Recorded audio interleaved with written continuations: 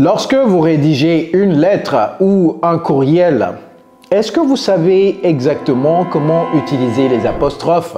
Les apostrophes sont extrêmement importants en anglais et aujourd'hui, je vais vous apprendre les 3 catégories de situations dans lesquelles les utiliser. Alors, à vos carnets de notes, ready, let's go! Hello everybody, it's Coach Joe, your English coach. So without further ado, let's get started. Alors, apostrophe, en anglais, s'écrit exactement de la même façon, mais ne se prononce pas apostrophe. Alors en anglais, comment prononce-t-on cela? C'est apostrophe. C'est pas A. Apostrophe. Apostrophe. Apostrophe. And by the way, Y-O-U apostrophe R-E means you are. That's Y-O-U apostrophe R-E. Prononcez ça plusieurs fois. All right, so the first situation in which we use apostrophes to make a contraction. Okay, so making a contraction.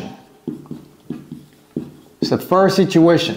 Et une erreur que je vois très souvent les gens faire lorsqu'ils veulent faire la contraction, c'est it's versus it's. Which one is correct? Do we say it's avec l'apostrophe ou bien it's sans l'apostrophe? La réponse est ça dépend. Ça dépend de quoi? Ça dépend de la phrase. Par exemple, it's hot. It's hot, ça veut dire quoi? C'est it is hot. Donc, c'est une contraction de it is. Et alors, it's, ça veut dire quoi? C'est un pronom possessif. Par exemple, yours, his, hers, ours, etc. Exemple, look at that bird. Its left wing is broken. Que veut dire wing? C'est aile. L'aile. Pas L-E, 2-L-E, hein. L'aile. OK? Donc, son aile gauche est cassée. Look at that bird. Son aile gauche est cassée. All right? So remember the difference between it's, which is it is, and it's a possessive pronoun. Another example for contraction. We'd love to come back. We'd love to come back. We would love to come back. We would love to come back. All right? Don't worry about it. Apostrophe, don't worry about it. Ne t'en fais pas. Don't worry about it. Il n'y a pas de problème. OK? Don't worry about it. Apprenez cette expression d'ailleurs. Cette expression, c'est une très belle expression que vous pouvez transposer comme ça et commencer à transporter et commencer à l'utiliser immédiatement. OK? So start using this expression. Listen, English is not difficult. L'anglais n'est pas difficile. Si vous voulez qu'on vous tienne la main, nous avons un programme d'immersion anglaise sur mesure pour les francophones comme vous. Nous avons déjà aidé des milliers de francophones dans plus de 50 pays du monde à maîtriser cette langue. Alors, si vous êtes intéressé, dans la barre de description de cette vidéo, il y a un lien. Cliquez sur le lien, remplissez vos informations et moi-même, je vais vous contacter pour vous en dire plus. All right, let's talk about indicating possessions. We use apostrophes to indicate possessions. Indicating possessions. Et vous voyez possession, la façon dont je l'écris, c'est 2 S, hein? C'est pas un S ici. Quand bien même je dis possession, c'est 2 S. Okay, so how do we use it to indicate possessions? Well, let me give you a couple of examples. Diana's brother is here. Diana's. So that means the brother of Diana. The brother of Diana is here. Another example. Je vais vous poser la question, où est-ce que je dois placer l'accent ici? Are the students' projects completed? Où est-ce qu'on doit mettre l'apostrophe? Où est-ce qu'on doit mettre l'apostrophe dans cette phrase? Are the students' projects ready? L'accent se met ici, après students, parce que c'est un mot au pluriel. Donc, mettez le S et ensuite l'accent. Okay? We call these the genitive form. Genitive form. All right? Very, very important.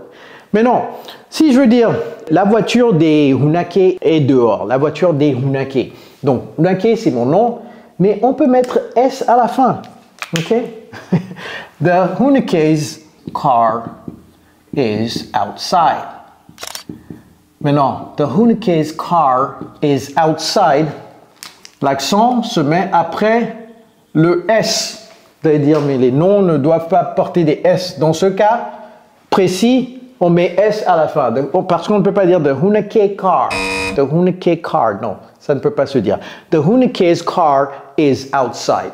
Par contre, si vous souhaitez quelque chose à quelqu'un durant les festivités, vous dites with love from the Hunake's. Okay? Avec amour, from the Hunake's. Donc, c'est-à-dire ça provient de nous. Donc, vous signez la lettre comme ça, avec amour, from the Hunake's. You will say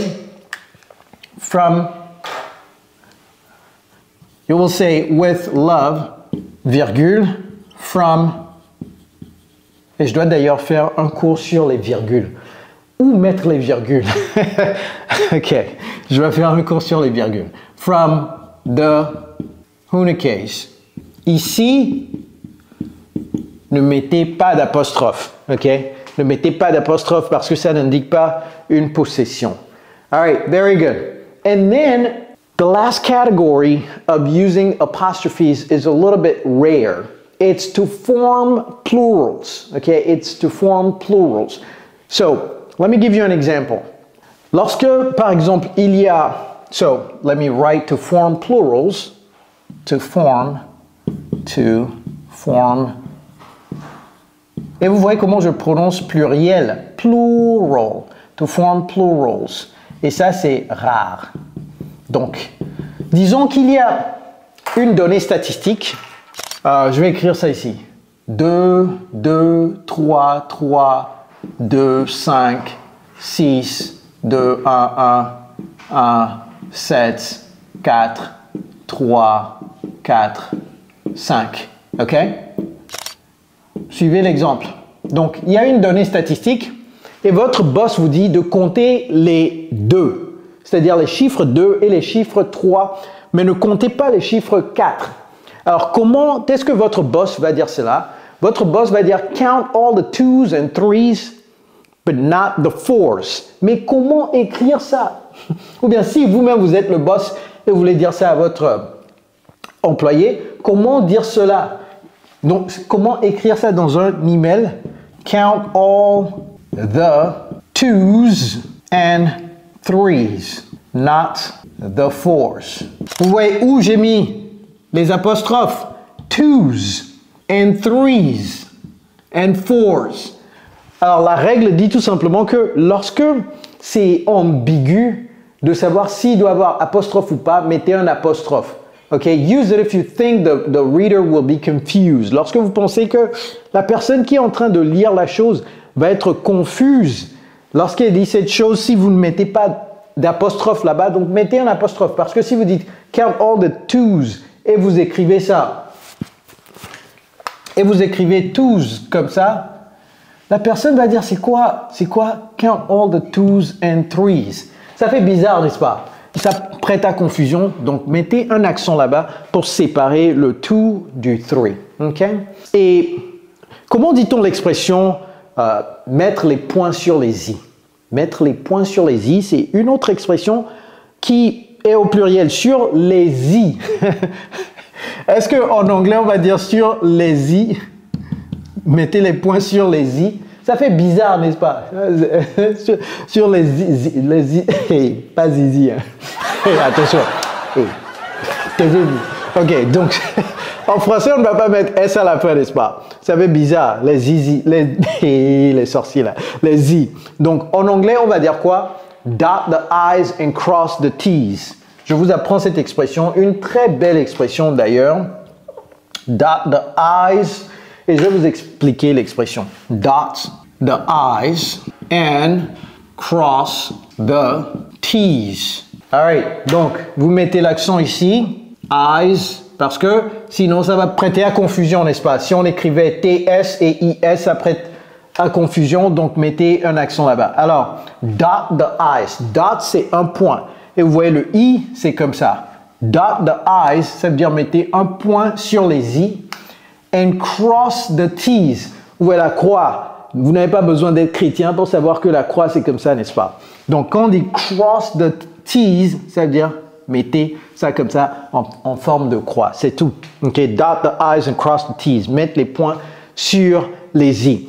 All right, everybody, now you know exactly when to use apostrophes. Prenez une capture écran très rapidement. Et si vous aimez cette vidéo, c'est sûr que vous allez aimer également celle-ci. Alors, cliquez ici pour la regarder juste après cette vidéo. All right, everybody, it's Coach Joe, your English coach. Take care, guys.